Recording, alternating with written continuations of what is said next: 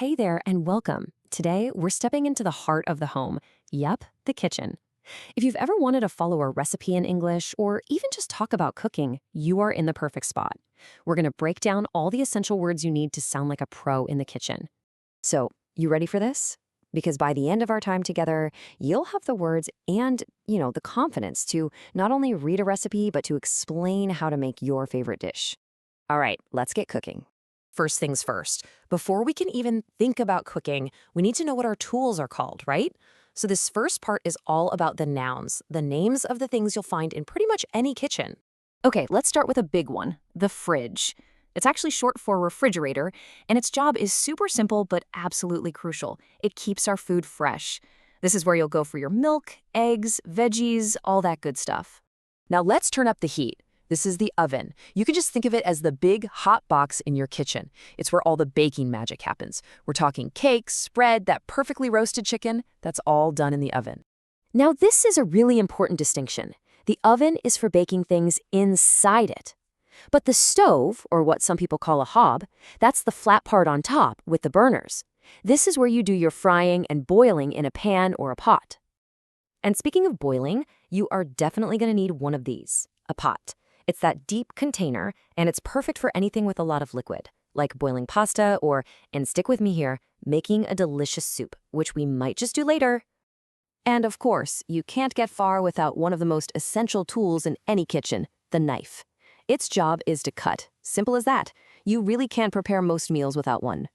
Awesome. So now we know the names of our tools. Those are the nouns. But hey, a tool is pretty useless if you don't know what to do with it, right? So for our next step, we're going to learn the actions. All right, this next part is all about the verbs. These are the action words, the words that literally turn a list of ingredients into an actual meal. They're the words that tell you what to do. So here's where it all clicks together. We take our tool, the knife, and the action we use it for is to chop. Chop just means to cut something into smaller pieces. Simple, right? And here's what that looks like in a real recipe. It'll say something like, use the sharp knife to chop the carrots. See? The sentence combines the tool, the knife, with the action, chop. It's so simple and clear. Okay, let's do another one. Our tool this time is a spoon, and the action we do with it, we stir. That just means moving the spoon around in a circle to mix everything together. And here it is in a real sentence. Stir the soup every 5 minutes. This is a super common instruction you'll see. If you don't stir the soup, it might stick to the bottom of the pot. See how these words are starting to tell a story? This little chart just puts it all together perfectly. We use a knife to chop, we use a pot to boil, we use a spoon to stir, and we use an oven to bake. This connection, you guys, between the tools and the actions, well, that's the basic language of any recipe. Okay, so you know the nouns, you know the verbs. Now it's time for the fun part. We're going to put it all together and follow a real recipe for a simple, delicious tomato soup. You ready? Let's do this. But wait, before I show you the instructions, just take a second to think. Using the words we've already learned, what do you think the very first step to making a soup would be?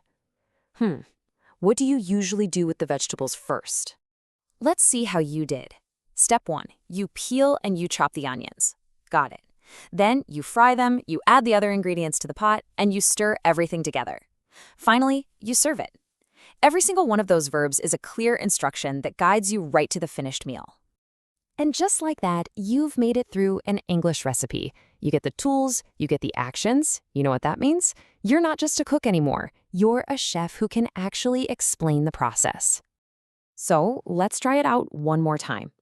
An omelet is a super simple dish, right? People make them all over the world. Using our new cooking verbs, how would you explain how to make one?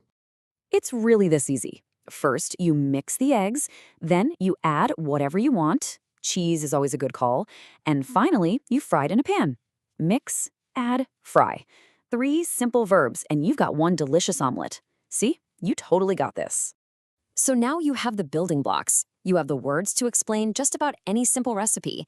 You know the nouns for the tools, and you know the verbs for the actions. So the only question left is, what amazing dish are you going to explain how to make? Go on, get cooking.